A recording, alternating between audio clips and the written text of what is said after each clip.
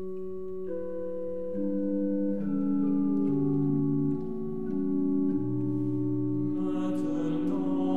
première chose que je voudrais dire, c'est que pour la conduite des funérailles, je ne suis pas seule.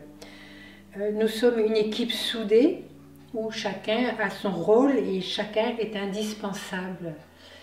Nous pouvons compter les uns sur les autres en fait.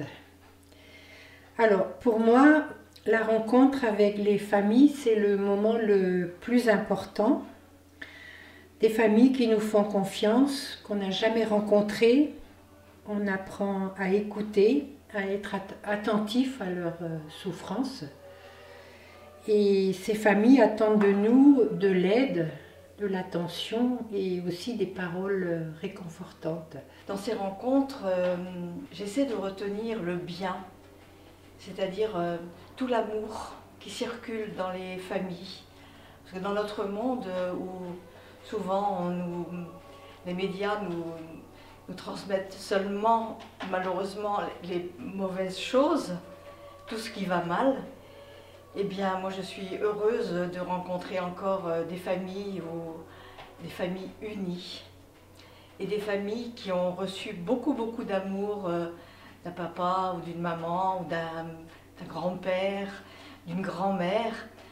Et je m'émerveille devant tout ce que j'entends. D'une part, ce qui est le plus important dans cette démarche de l'accompagnement des funérailles, c'est de rencontrer les familles. Donc on passe pas mal de temps avec la famille, première rencontre, où on parle beaucoup du défunt, de leur ressenti, de leur vécu, de leur attachement à la personne. Et le fait d'en parler, moi, ça m'apporte donc une ouverture, puisque nous vivons tous dans nos familles des deuils, parfois très proches, très profonds, très difficiles à surmonter parfois, et de voir et de parler à des personnes qui vivent des situations très difficiles ou très douloureuses, ça permet de surmonter ses propres difficultés, ses propres peurs, ses propres interrogations. Et en même temps, ça nous amène à approfondir un certain nombre de questions qui sont parfois restées sans réponse, sur la mort, sur la vie éternelle, sur les bases de l'évangile, etc. C'est très important et ça enrichit beaucoup. Je rencontre, ou nous rencontrons, des familles, toutes sortes de familles, des familles proches de l'Église, comme aussi des familles très éloignées de l'Église. Nous rencontrons également des situations fort complexes d'une personne âgée qui meurt de longues maladies ou de décès brutal, mais nous accompagnons aussi des familles beaucoup plus marquées par des décès violents, brutaux, suicides, accidents, et même des jeunes ou des familles de jeunes enfants, ce qui nous est arrivé à plusieurs reprises. Tout ça nous met dans des situations fort différentes, et tout ça nous apporte un enrichissement personnel d'abord, et je pense aussi un enrichissement à ces familles que nous recevons. Car en tant que guide, j'essaie, avec mon équipe d'assistants et d'animateurs, de mettre en place au départ un climat chaleureux. Même si nous sommes dans une situation difficile, une situation de peine, nous mettons le plus possible la famille dans un climat chaleureux où elle va pouvoir s'exprimer, dire ce qu'elle a à dire, et puis préparer ensuite la cérémonie dans de bonnes conditions. Regarder la mort en face, c'est pas toujours facile. Être confronté à des situations difficiles, des comportements des fois désarmants, ça m'oblige à relativiser ma propre vie et mes propres soucis. Ça nous apprend aussi à rester humble, à être très délicat, et ça nous oblige à la confidentialité. Un autre enrichissement que l'on peut ressentir lors de nos rencontres et lors de tout le processus des obsèques, de la préparation jusqu'à l'accompagnement au cimetière, c'est ce contact qui fait que la famille et les personnes qui sont présentes, les amis, les proches, revivent peut-être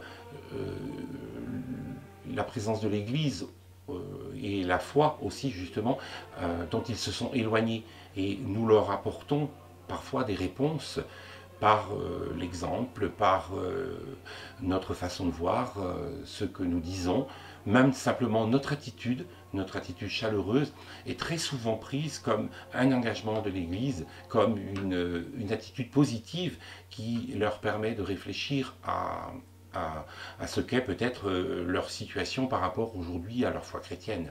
En milieu rural, on se connaît en général et le contact qui se fait au moment du deuil est souvent un début de relation qui se concrétise par la suite dans des rencontres de tous les jours. Et pour moi, ça aussi, c'est très enrichissant. Nous avons parfois des contacts avec les familles après la cérémonie d'obsèques. Quelque temps après, les familles reprennent contact, parfois pour discuter, parfois pour apporter ne serait-ce qu'un petit geste remerciement, mais cela aussi est très enrichissant parce que on voit que la démarche lors des obsèques, notre démarche lors des obsèques a apporté quelque chose, mais a pu peut-être être un moyen pour continuer à vivre sereinement, si on peut toujours parler de sereinement, lorsqu'il s'agit par exemple de morts très brutales. On accompagne assez facilement les gens, les membres les plus proches, s'il y a besoin. Le départ d'un être cher, c'est vraiment quelque chose de grand dans une vie. Alors avec tout ce qu'elle comporte, puisque malheureusement, eh bien, il n'y a pas d'âge pour quitter la terre. Et ça, c'est toujours aussi une interrogation qui demeure pour moi, malgré tout. Et enfin, je persiste, oui, à dire que cette célébration de le revoir est vraiment très très importante parce que ça, je ressens, pas toujours, que cette célébration apporte un apaisement. La satisfaction et les remerciements des familles nous motivent à continuer cette mission qui est parfois difficile. Je suis guide de funérailles depuis déjà de nombreuses années. J'ai aussi dans ma vie personnelle vécu des moments difficiles, des étapes difficiles. J'ai connu et je connais encore aujourd'hui l'étape de la maladie et de la maladie importante, sérieuse. Et c'est vrai que lorsque je suis en contact avec une famille, ce fait que je sois moi-même dans une situation un peu particulière fait que quelque part ma foi est peut-être un peu mise à l'épreuve. Je me sens beaucoup plus proche des familles parce que je crois que je comprends mieux ce qu'elles vivent ou ce qu'elles ont vécu, et ce qui fait que je sens lors des préparations, lors des démarches que je fais auprès de la famille à la maison funéraire, lorsque je célèbre les obsèques et que je vais par exemple faire l'accompagnement au cimetière, je sens que quelque part quelqu'un me guide, quelqu'un m'aide. Je ne sais pas comment, mais je ressens que cela m'apporte quelque chose. Et je pense que c'est peut-être l'Esprit de Dieu qui est là avec moi dans tous ces moments difficiles pour les familles et pour moi-même aussi. Avant qu'on m'appelle ou qu'on me demande, j'ai hésité évidemment parce que c'était une démarche assez difficile, hein, s'occuper du deuil, de la souffrance des autres personnes. Il faut être assez solide soi-même, hein, assez blindé, faire preuve bien sûr de compassion, d'empathie avec les personnes, ça c'est évident, mais en même temps prendre assez de recul pour ne pas être impliqué dans leur souffrance, dans leur deuil. Parce que comme on est témoin d'une espérance, il faut qu'on aille au-delà du chagrin, de la peine endurée. Alors en ce qui me concerne, pour ce qui est de ma foi, ça me permet de relire, de revoir les textes d'évangile, hein, d'autant plus que ce sont tous des textes orientés autour de la résurrection, autour du Christ et de l'aide qu'il peut apporter. Donc à chaque fois, moi, ça me réconforte et ça me replonge un petit peu dans les bases et dans les racines. Et ça agrandit ma foi à chaque fois.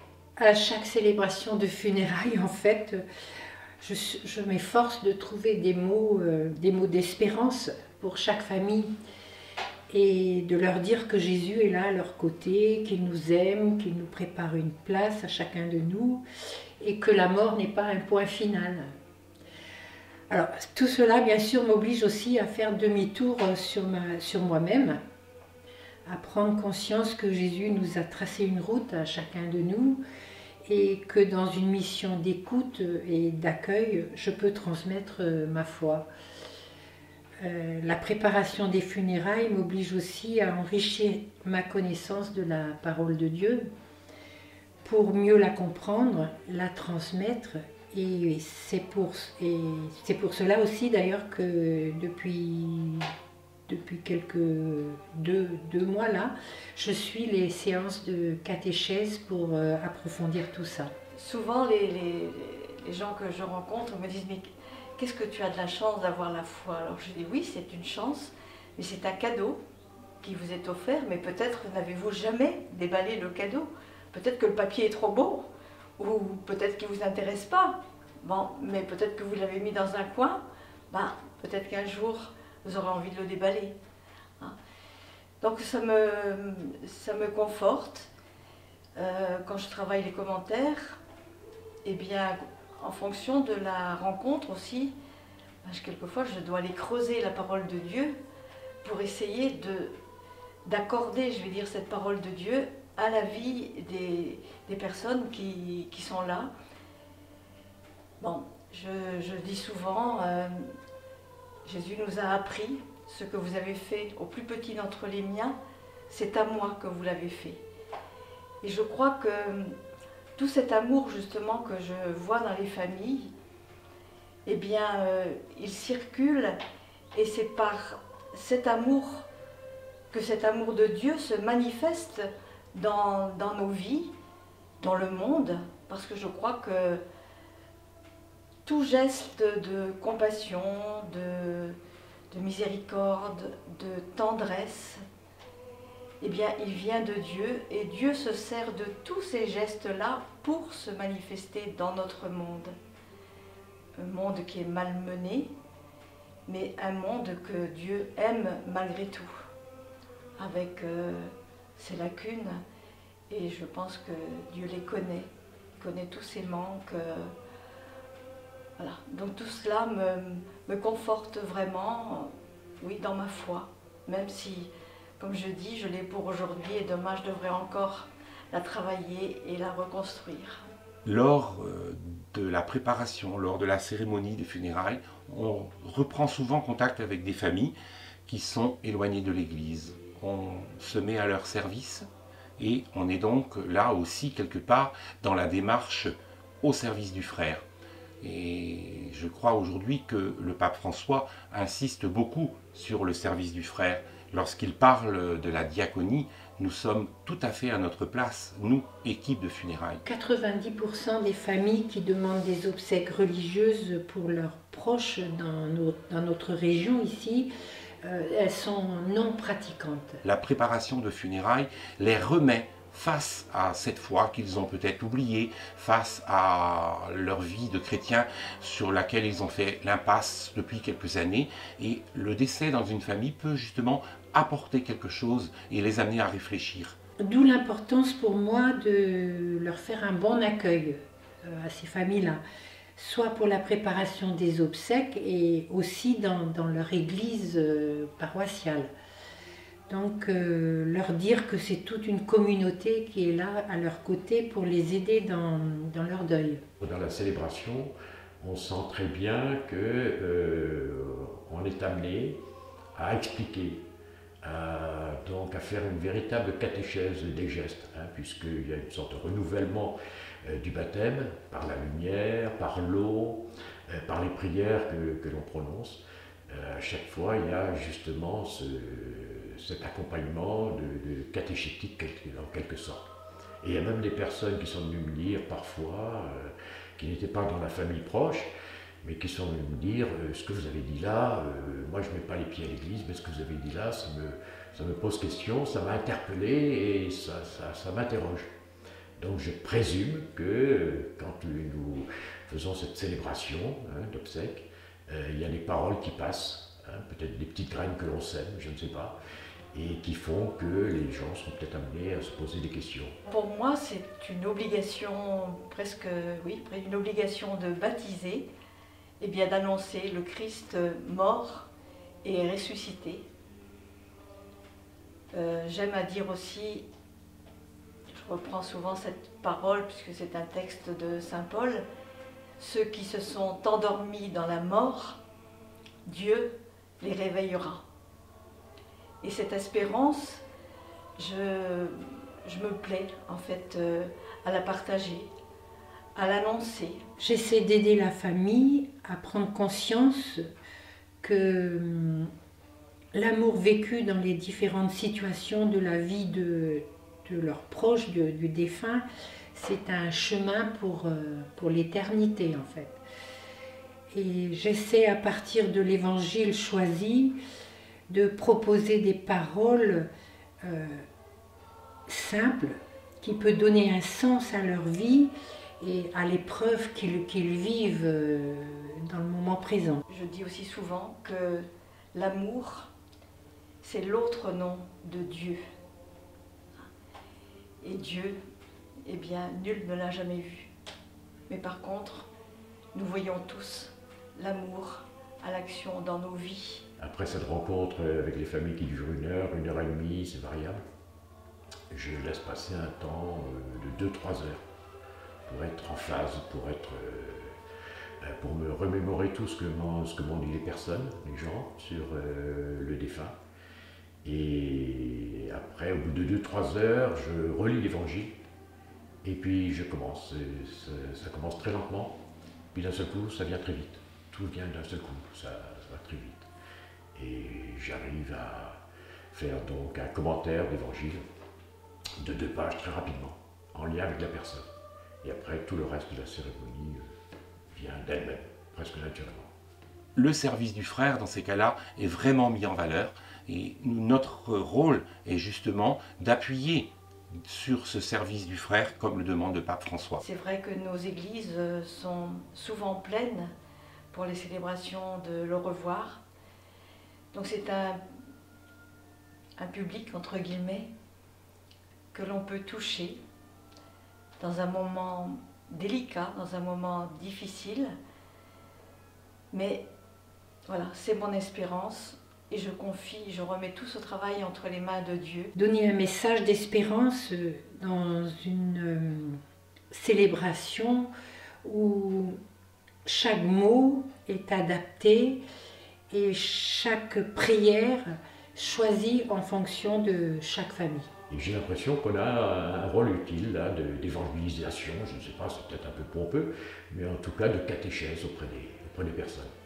Alors après, je ne sais pas du tout ce qu'il en reste, et cela, j'en suis aucunement propriétaire, mais c'est Dieu qui agit ensuite. Comme je lui dis, moi j'ai fait mon travail, mais toi tu fais le reste, parce que moi je suis qu'un instrument modeste entre tes mains, et toi je te laisse travailler le cœur de toutes ces personnes qui étaient présentes aujourd'hui à la célébration.